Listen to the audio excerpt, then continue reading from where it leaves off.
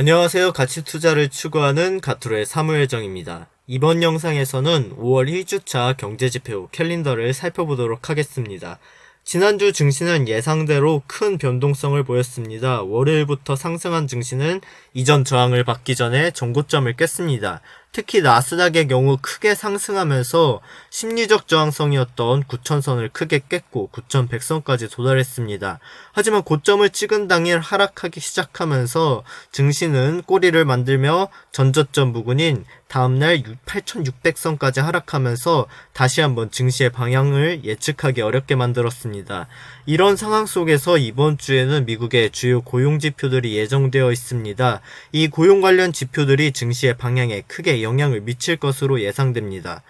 또한 5월 1일부터 시작된 원유 감산이 유가에도 영향을 줄 것입니다. 과연 어떤 고용지표들이 예정되어 있고 지금까지의 흐름은 어땠는지, 또 유가 관련 지표들은 어떻게 움직였는지 지금부터 자세히 살펴보도록 하겠습니다.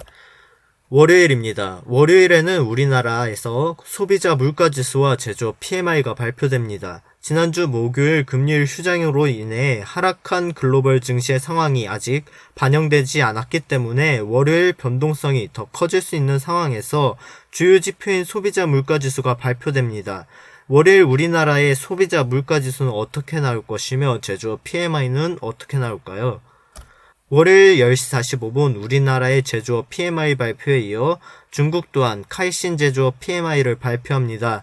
지난주 4월 30일 이미 한번 발표된 바 있는 이 제조업 지수는 이번 주 월요일에도 또 한번 4월분 제조업 지수를 발표합니다. 지난주에는 예측치보다 약간 낮은 수치를 보여주면서 점점 하락하는 모습을 보였던 중국의 카이신 제조업 구매관리자 지수는 이번 주에는 어떤 모습을 보일까요? 화요일입니다. 화요일 밤 11시 미국의 ISM 비제조업 구매자 지수가 발표됩니다. 미중 무역 전쟁을 겪으면서 하락하다가 지난해 11월부터 다시 반등에 성공했던 미국의 비제조업 지수는 지난 3월 발표분에서 크게 하락하는 모습을 보였습니다. 하지만 이번 4월 발표에서는 예측치가 44로 2008년 금융위기 당시와 비슷한 수치를 보이고 있습니다. 과연 이번 4월 비제조업 지수의 실제 발표치는 어떻게 나올지 지켜봐야겠습니다. 수요일입니다. 수요일에 발표하는 ADP 비농업 부분 고용 변화 지표는 미국의 고용 현황을 알 수 있는 주요 고용 지표입니다. 현재 이 고용 지표는 경악스러운 수치를 예고하고 있습니다. 지난 3월 비농업 부분 고용률이 마이너스 27K로 예측했던 마이너스 150K에 비해 매우 좋은 성적을 거뒀습니다. 하지만 이번 4월 예측치는 마이너스 2만 K라는 경악스러운 예측을 하고 있습니다. 인베스팅에서 실수해서 천을 나타내는 단위인 킬로를 빼고 계산한 것이 아닐까 하는 수치로 이전 금융위기 당시 최저치가 마이너스 708K였던 것을 기억한다면 정말 믿을 수 없는 수치이기도 합니다. 물론 아직 확정된 것이 아닌 예상치이고 인베스팅닷컴에서 단위 표기를 실수한 것일 수도 있겠습니다만 이후 금요일 발표되는 빈농업 고용지수 또한 21,000K가 예측치인 만큼 단위 표기에 오릴 확률은 적습니다. 실제 발표치의 충격을 줄이기 위해 일부러 큰 예측치를 보인 것이 아닐까 싶기도 한 수치인 가운데 실제 발표에 집중해 봐야겠습니다. 매주 발표되는 원유 재고량은 최근 계속 줄어들고 있는 추세입니다. 지난주 발표되었던 원유 재고량은 예측치인 1000만 배럴을 훨씬 밑도는 899만 배럴을 발표했습니다. 이로써 지난 4월 15일 재고량 1900만 배럴을 정점으로 찍은 뒤 빠르게 하락하는 모습을 보였고 덕분에 유가는 수요일 원유 재고량 발표 후 상승하며 $20에 가까이 왔습니다. 이제 5월달이 되어 오펙 플러스 회의에서 합의한 대로 감산이 이루어지기 시작한다면 재고량 또한 감소를 더 기대해 볼 수 있겠습니다. 이에 따라 유가 또한 상승할 가능성이 높지만 이전 강력한 지지대였던 $20 선이 이제는 강력한 저항선으로 변할 확률이 높으며 아직 코로나로 인해 경제가 원활하게 돌아가지 못하고 있다는 점 등의 무시 못할 하락 요인이 존재하면서 상승과 하락의 힘겨루기가 이어질 확률이 높습니다. 감산 합의가 본격적으로 시작되는 이번 주 유가는 방향을 보여줄지 지켜보겠습니다. 목요일입니다. 목요일에는 우리나라의 외환보유고와 3월 경상수지가 발표됩니다. 우리나라의 외환보유고는 지난 98년 IMF 위기 이후 꾸준하게 상승했습니다. 하지만 지난 3월 코로나로 인한 경기 부양책이 실시되면서 9빌리언 달러, 우리나라 돈으로 10조가 넘는 외환보유고가 사용되었습니다. 코로나의 영향은 3월이 정점이었지만 각종 경기 부양책들은 4월에 더 많이 이루어진 만큼 이번 4월 외환보유고가 걱정이 됩니다. 이번 4월 우리나라의 외환보유액은 어떻게 될까요? 우리나라 증시가 시작되기 전인 8시 우리나라의 3월 경상수지가 발표됩니다. 이미 1분기 GDP가 발표된 만큼 이번 3월 경상수지에 대한 부분은 이미 증시에 많이 반영되었을 것이라고 생각됩니다. 1분기 GDP가 전분기에 비해 마이너스 4%가 나오면서 낮게 나오기는 했지만 작년 분기 대비인 YOY에 있어서는 플러스 성장을 기록한 만큼 3월까지는 나쁘지 않은 수준을 기록할 것으로 예상되는 가운데 이번 3월 발표분보다는 다음 2분기 성적에 기록될 4월분부터가 더 중요하게 생각되어집니다. 매주 목요일 발표하는 미국의 주요 고용지표인 신규 실업수당 청구 건수는 일찍이 미국의 고용시장의 충격을 앞서 보여준 지표이기도 합니다.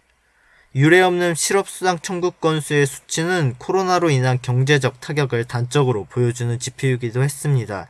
그래도 4월 초 정점을 찍고 꾸준하게 내려오고 있다는 점은 다행스러운 점입니다. 이번 발표에서는 예측치가 발표되지 않는다는 점이 불안감을 불러일으키는 가운데 계속 줄어드는 모습을 보여줄 수 있을지 걱정이 됩니다. 금요일입니다. 이번 주 증시의 마지막 금요일에는 미국의 주요 고용지표들이 발표됩니다. 미국의 고용지표들 중에서도 가장 중요한 지표들인 실업률 지표와 비농업 고용지수가 동시에 나오는 만큼 변동성이 커질 것으로 예상됩니다.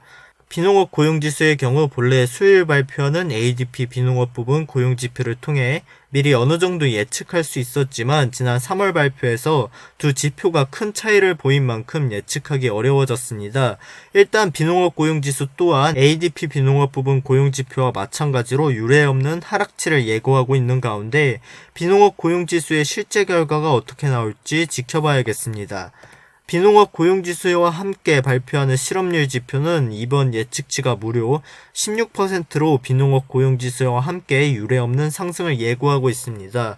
2008년 금융위기 당시에도 실업률이 단계적으로 상승하면서 최대치인 10.2%를 찍었던 것과는 다르게 두 달 만에 3%대의 실업률을 무려 5배 상승한 16.6%로 급격한 상승을 예측하고 있습니다. 이번 주 발표하는 대부분의 고용지표들이 사상 최악을 예측하고 있습니다.